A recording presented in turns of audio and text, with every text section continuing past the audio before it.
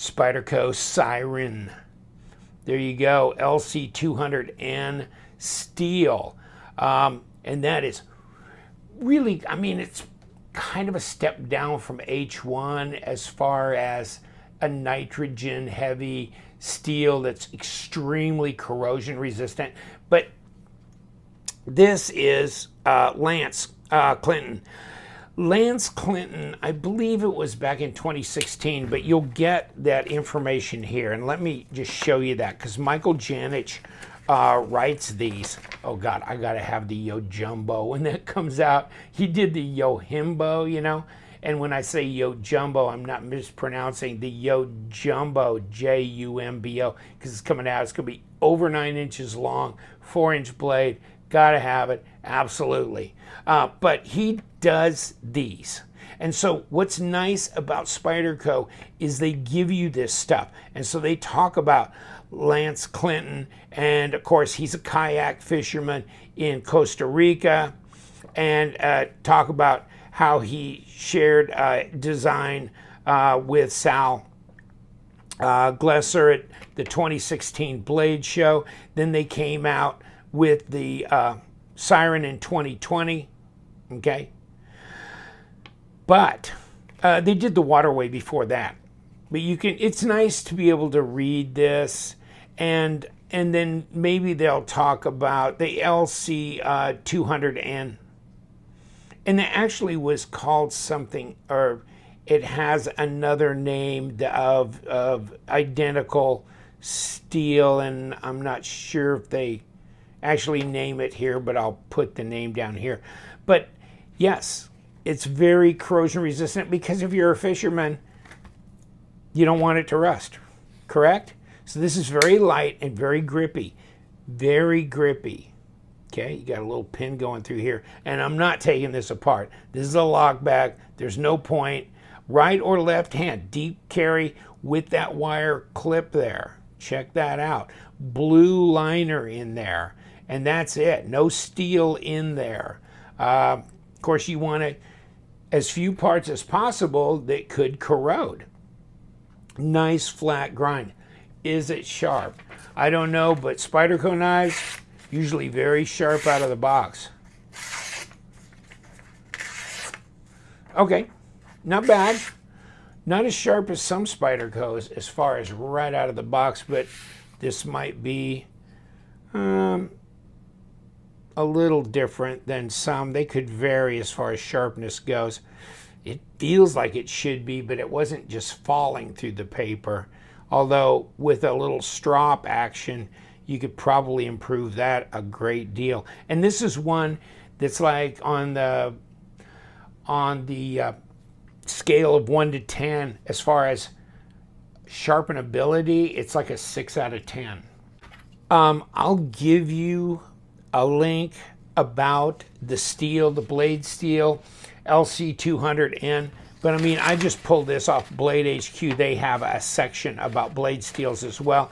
But you can see ease of sharpening, 6 out of 10. Toughness, 5 out of 10. Edge retention, 6 out of 10. You know, corrosion resistance, 9 out of 10. And this gives you information as well. But there's the link I'm going to give you is not a Blade HQ link, and it'll talk about the history of this kind of steel, and they'll give you the elemental breakdown, all that kind of thing, and a lot more information on it. But of course, this was in the Spidey Chef as well, because kitchen knives get a lot of moisture. They come in contact with. You don't want corrosion. That's one thing you don't want. So this, yes, easy to open. Lock back, it drops away. Yes, you can take your middle finger and Spidey flick it if you give it enough go. There you go. Give it a little kick. And under the camera, it's not a lot of room for me to be able to do that. But there it goes. And falls right away. So it's a good one-hander. You can open it up like a normal person, by the way. You know, without trying to flick it. Just like that. One-handed. Pretty light. Let's put it on the scale. What do you think? Grams.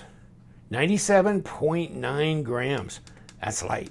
That's light. 3.45 ounces, especially for a knife this size. And let's put tape on it. 3.6 inch blade at 93 millimeters and close to 8 3/4 overall at 22 centimeters. So there you go. Which kind of makes me think blade to handle length isn't that great. But here's the thing, I'm measuring clear out to here. And then when it comes back this way, then really you should be measuring here for blade to handle length. Of course, you got your lanyard coming through here, okay, and that's encased in that backspacer, which is nice. And you got all the blade in there you can put on this design. Super grippy, very grippy. That's a good thing for a knife that's going to go out fishing with you. And this makes it lighter and more pliable as well. And of course, like I said, you could reverse it. Of course, this is ambidextrous because there's no lock bar or liner lock that's right or left hand oriented. This is a lock back. The ergos are good. It's pretty neutral through here, and I have just enough room. Otherwise, I might be playing backup, which is not a bad thing. It's not that a big a problem to do that if you need to, if you have much bigger hands. And reverse grip, yes, very nice as well. But it does feel very light in the hands. That's because it is. So compare it with the Paramilitary 2. Is bigger. Let's throw my caliper on it. 11.3 millimeters, 0.44, pretty thin. Just a tiny bit thinner than the Para 2 as well. Blade stock, 0.12, and that's 3.1 millimeters, and that's definitely thinner blade stock than the Paramilitary 2. I think Para 2 is about 3.7 actually. Let me double check that. It's 3.6, 3.7. Okay, you're going to make me a liar. 3.6. So, yeah. Definitely thinner blade stock. Nice slicer. Yeah, absolutely. And it's centered. Good quality knife. But it's light, so no, it's not chunked full of all kinds of steel to make it, ultra structural, but it feels solid in the hand.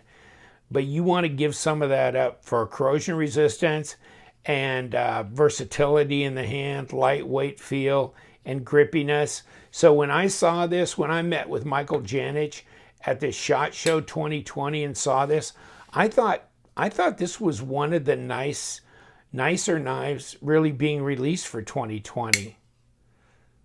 And I do, the amalgam is another one for me. Now, I guess I prefer the amalgam because the compression lock and everything, but it kind of has that same appeal to me. A nice flat grind, very usable, great in the hands, all that kind of stuff. Unfortunately, the Tropen has a little bit of blade issue coming up where that compression lock. But I think I'm going to circle back around and grab the Tropen and have somebody extend that choil a little bit because I really like the design of that one. But then, of course, I love the Shaman, of course, the Para 1, the Para 3, lightweight, and just so many other knives that Spyderco makes I really like. I do. I'm a sucker, and I'm falling in the hole of getting these Paramilitary 2 knives with different steels because I think that's a great idea to make them in a lot of different steels. I think it's fun. I think it's great. Whew, yeah. And the Mannix too. I love the Mannix. So a lot of great models, and a lot of them I don't like as well. Most of the Ethnic series I can live without, and so many others, to tell you the truth. But they make so many models, hell. If only 25% of them you like, you're still going to be chock full of Spyderco knives. This is a great little one-hander, isn't it? It's smooth. It's easy to drop. That's easy to drop that away. And well-balanced. lightweight. I think it's a real good one, especially for out on the water. And you know what we do. We love them knives. So you guys, stay sharp.